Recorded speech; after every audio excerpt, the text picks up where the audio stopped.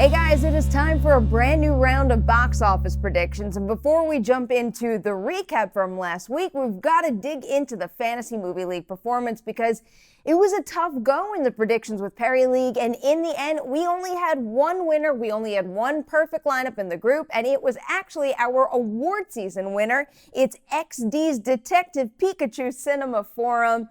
Another congratulations to you. The box office was just all over the place last weekend.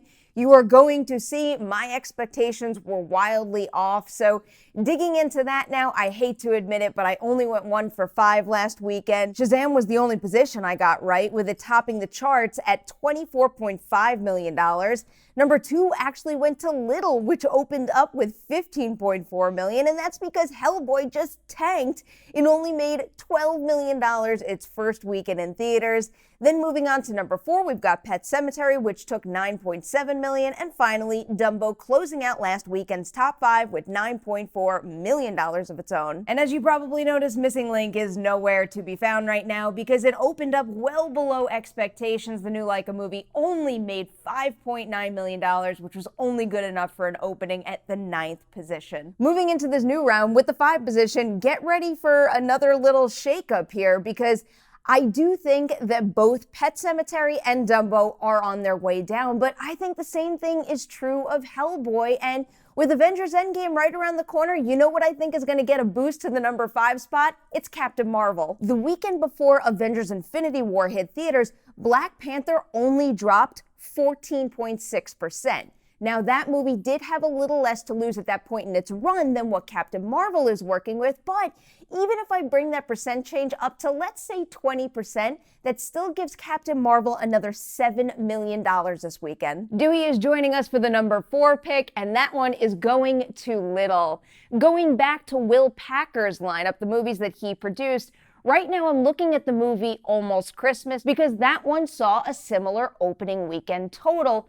Weekend 2, it dropped 52% though. However, it's got way more competition than what Little is facing this weekend. It was up against the release of Fantastic Beasts and Where to Find Them, and on top of that, it was also dealing with the third weekends for both Doctor Strange and Trolls. So with that in mind, and also the fact that right now, ticket sales look pretty good for Little, and I do have a feeling it's going to hold on a bit stronger. So I want to take that percent change, bring it all the way down to something like 45%, and give Little another $8.5 million this weekend. Moving over to number 3 now, this is where we start to bring in the newcomers because number 3 this weekend for me is going to Breakthrough. So with this one, the very first movie I want to look at right now is Miracles from Heaven. They are both inspirational dramas with faith at their core. Miracles from Heaven opened up in March of 2016, and it wound up taking $15 million opening weekend. I do think that Breakthrough can match that. We have to consider the fact that 1, it is good counter-programming this weekend, and on top of that, it could get a boost from Easter as well. The thing is, though, we can't forget that Breakthrough is a movie that's opening on Wednesday, so it might be a tiny bit front-loaded. So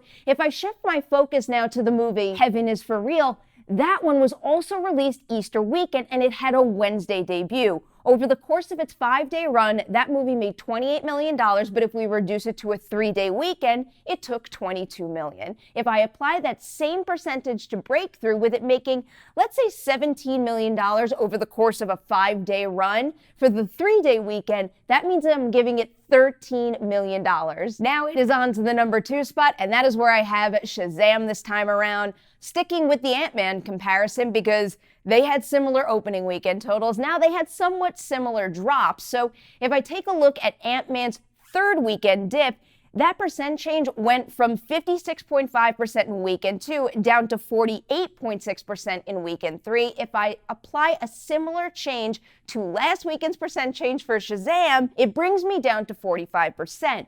But this is a holiday weekend, and I do think that it could give Shazam a nice boost, so I want to bring that percent change down even lower to 40%, and if that's what winds up happening, Shazam is making another $15 million this weekend. Now it's on to the top spot for this weekend, and I am going with the latest installment of the Conjuring film franchise. It's The Curse of La Llorona.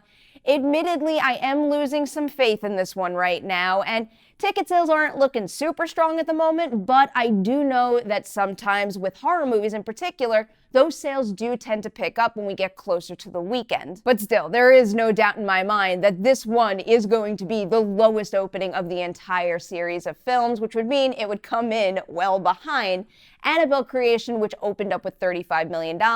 What I do think is going to be a good comp for La Llorona is maybe Paranormal Activity, The Marked Ones. That movie was part of a popular film franchise, but it was more of an offshoot. It was a spin-off, and with La Llorona, I wouldn't say they're wholeheartedly embracing the Conjuring connection there. So with The Marked Ones, opened up in 2014, made $18 million opening weekend, and that's a number that I think La Llorona could achieve, so that's what I'm going with.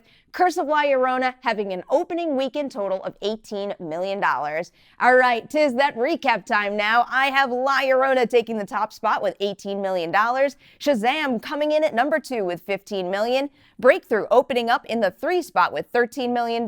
Then Little dropping to number 4 with $8.5 million. And then Captain Marvel rounding out my top 5 with $7 million. All right, my work is done now, but I leave it to you. Hit that comment section below, share your top 5 picks right there, and then go over to Fantasy Movie League and lock those lineups. I'm curious to see if I have a bigger group to shout out next weekend.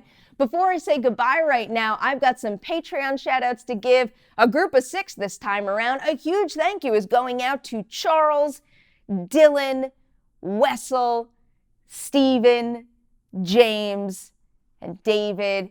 Guys, thank you so much for being here. Charles, thank you for joining up. And to the rest of you, thank you for being here for quite some time. Your support is so greatly appreciated, as is the new set dressing I got from a certain fan named Steven. Steven, thank you so much. I love how this Deadshot helmet looks on the set. You rock, man.